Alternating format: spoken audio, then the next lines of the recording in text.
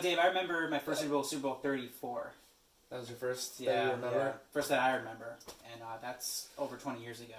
But He's an old man. But, funny enough, in that same amount of time, basically Tom Brady has been in the league and going to Super Bowls. And it's going to be his 10th Super Bowl.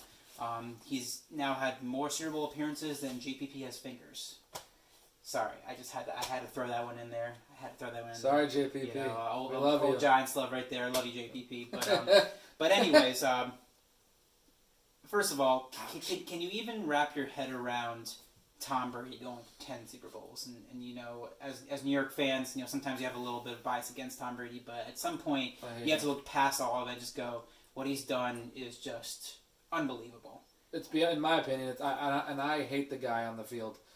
As a Jet fan, what he's done to the Jets over the past 2 decades has caused a lot of sad, suffering Sundays and Saturdays and Thursdays and occasional Mondays. But no, I mean, it's not that I fathom it, because of course I can, but it's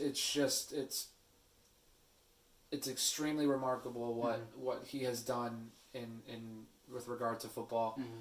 And Patriots fans, you are so spoiled to have had what you had, both with the winning and with having the guy leading the charge being Tom Brady. Not even Pats fans now Tampa, just in one season, a 43-year-old quarterback took him to the Super Bowl. Like I said, I don't like him on the field because of what he's done, and I'm bitter, but it is hard. I mean, I don't say this about.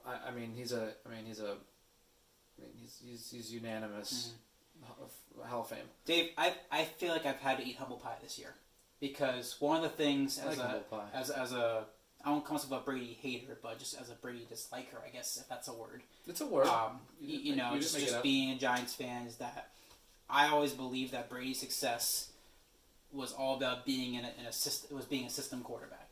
Not to say that he couldn't make amazing plays. He was darn good at it. But, my belief for so long was that, Belichick had the system that he could thrive in. Belichick at the GM always made sure he had the right talent around to thrive.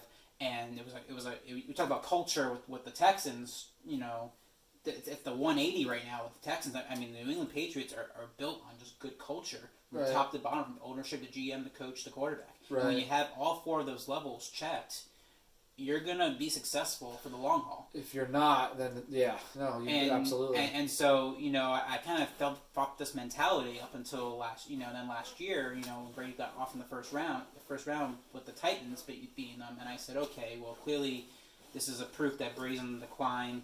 The Patriots, the dynasty's over. There's always the rumors that he was going to leave, and of course he did. He goes to Tampa.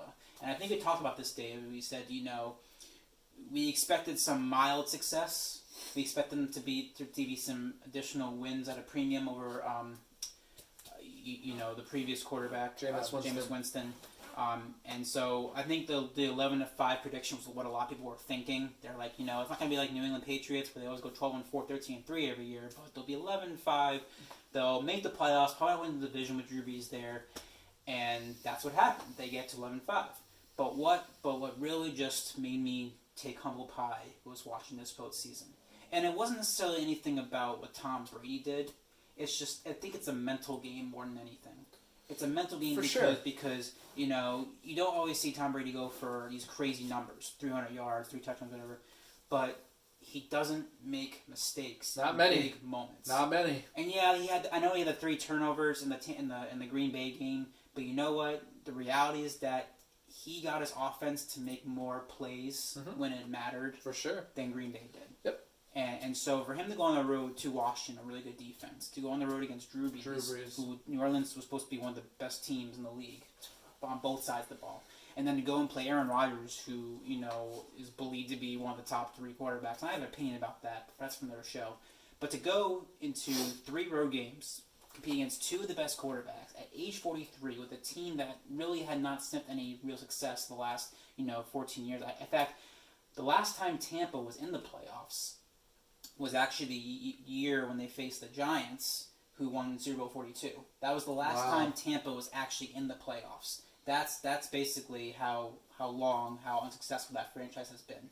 And in 1 year, you bring a 43-year-old quarterback, granted proven, and you go from 8-8 to 11-5, make the playoffs. Now you're going to a Super Bowl. Yeah, but here's the thing, though, too, and like I hate to cut you off, but like, look at who he has around him, man. Also, that's been one of the things that I believe kept him afloat so long in New England. Mm-hmm. Like you said, they treated him well. They made sure he had people around him, whether it was an O-line, mm-hmm. whether it was defense, whether it was receivers. Mm-hmm. They made sure he had weapons. And you know what, Dave? I get that, and that's and I think that helps a lot. And you know the mantra that offense wins games, defense wins championships is a great mantra to have, and that's why I expected Tampa Bay to win about 11 games this year.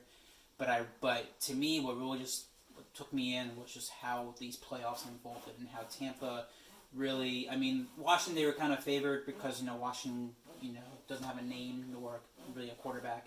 So good for Alex Smith though. Right, absolutely. For him. But I was thinking to myself, there's no way he's getting past both Drew Brees and Aaron Rodgers on the road back-to-back weeks, and he did.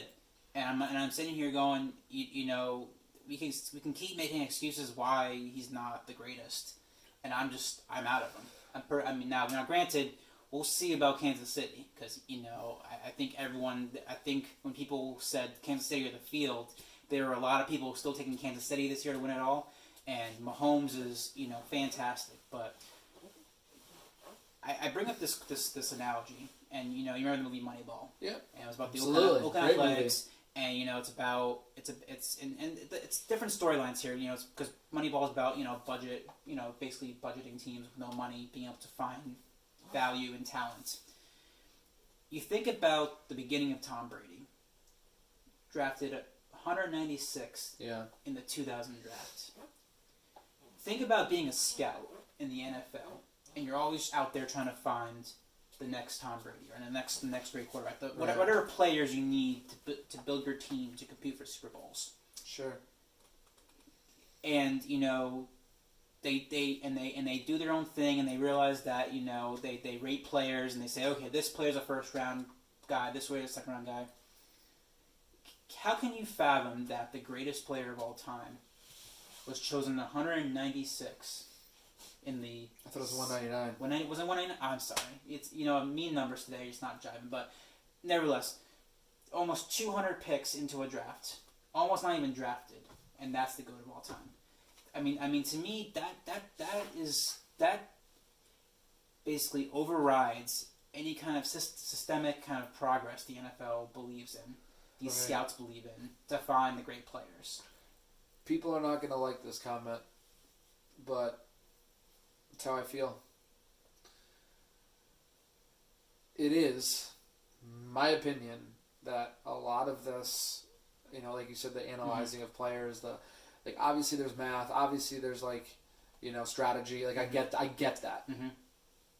But at the end of the day, what a lot of us fail to do and realize is that or account for is human error, mm-hmm. or the other side of that, and someone can drastically improve. Mm-hmm. And that's why, as much as you can, look at stats to kind of go game to game, mm-hmm. but, when you say someone, I don't know, to me, a lot of it is just a crapshoot.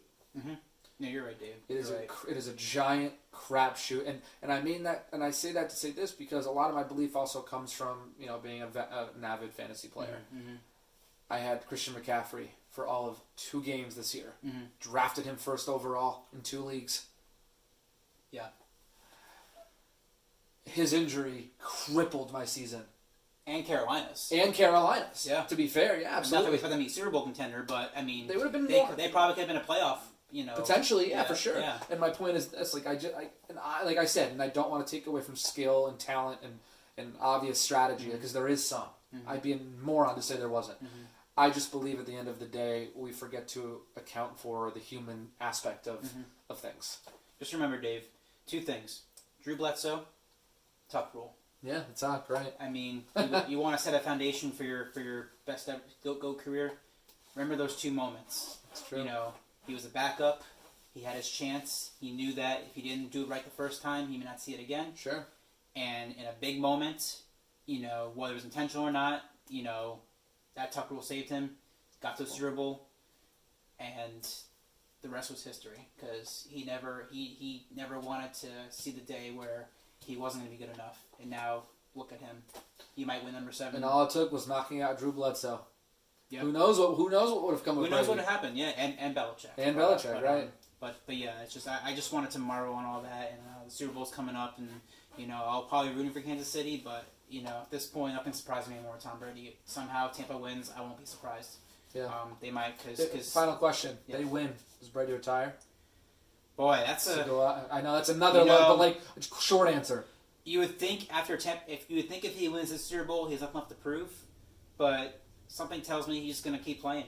I think so he physically cannot play anymore. I think he just has that mentality that as long as he keeps going, he doesn't care if nothing left to prove. I think at some point for him it's about having fun. Yeah, I really do, and it's if your goal is to prove something, then Eli Manning could have retired in 2011 after winning 2 Super Bowls. Right. People, bashed him, and then he could have not dealt with the rest of the crap in his career. But I think at the end of the day, these players are out there more than just trying to prove something. They're trying to, it's a career, trying to have fun. There's multiple reasons, but yeah, I don't think he will if he wins the Super Bowl. Right.